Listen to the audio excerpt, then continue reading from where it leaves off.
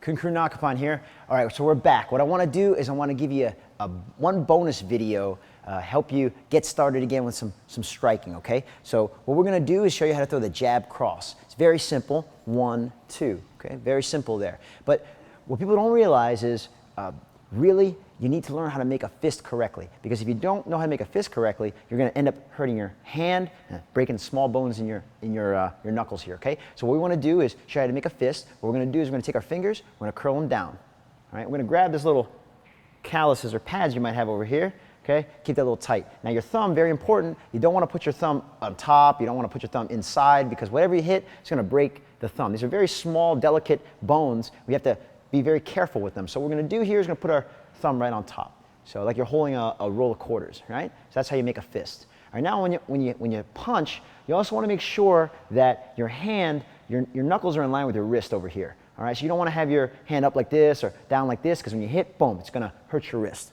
All right, so very important to keep your knuckles, your first two knuckles, in line with your wrist. And that's really what we want to strike with, these first two knuckles right here, instead of these smaller knuckles. So that's how you make a fist, and that's how you want to have that hand impact whatever it's impacting.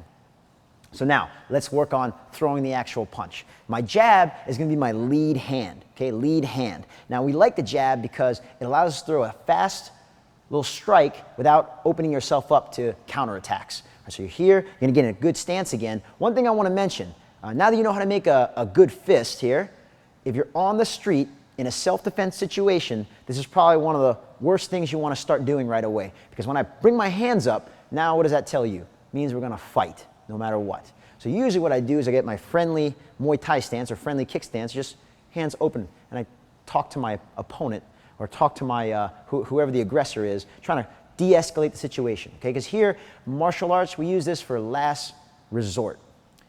As martial artists, we train combat to learn about ourselves and to improve ourselves. Now, fighting is a part of that. And so when you understand you have this great skill, great power, you want to be very respectful and understand that it is a responsibility, okay? So we want to start here, and if worst comes to worst, hands are going to come in now, we're going to strike, all right? So jab goes 1, 1.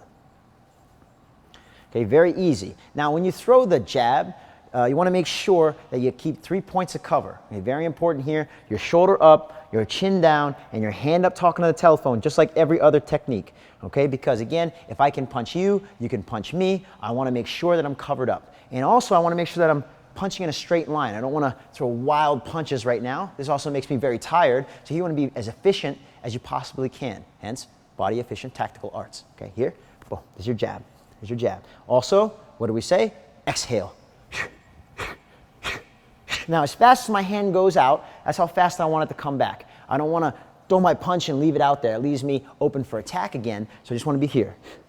The great part about the jab, it allows me to judge distance, quickly judge distance, and if I can touch him with my jab, I can definitely hit him with what we call the straight right. So I'm right-handed, I'm an orthodox stance, so my rear hand is my right hand, this is my power hand, all right, so I'm turning.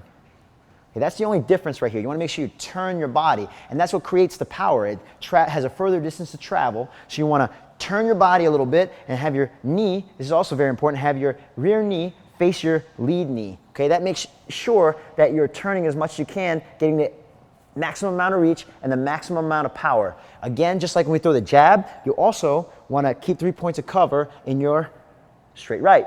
Okay, shoulder up, also we call it the cross. Chin down and hand up, talking on the telephone at all times. Okay, so now this is the straight right, or also known as the cross, okay? Now that you have the jab and you got the cross, we're gonna put them together. Jab-cross combination. Notice I'm covered up every single time. Very hard to hit me, okay? So that way I can throw my shots while being very confident that I'm gonna be covered up, all right? So again, knuckles, you want to make sure they're in line with the wrist, okay? And striking full range of motion. You can double up the jab you want, okay? Or you can maybe throw 1, 2, 1, 2, okay? And that's how you do it. Basically, jab, basic cross, put them together, and now you got yourself a new combination.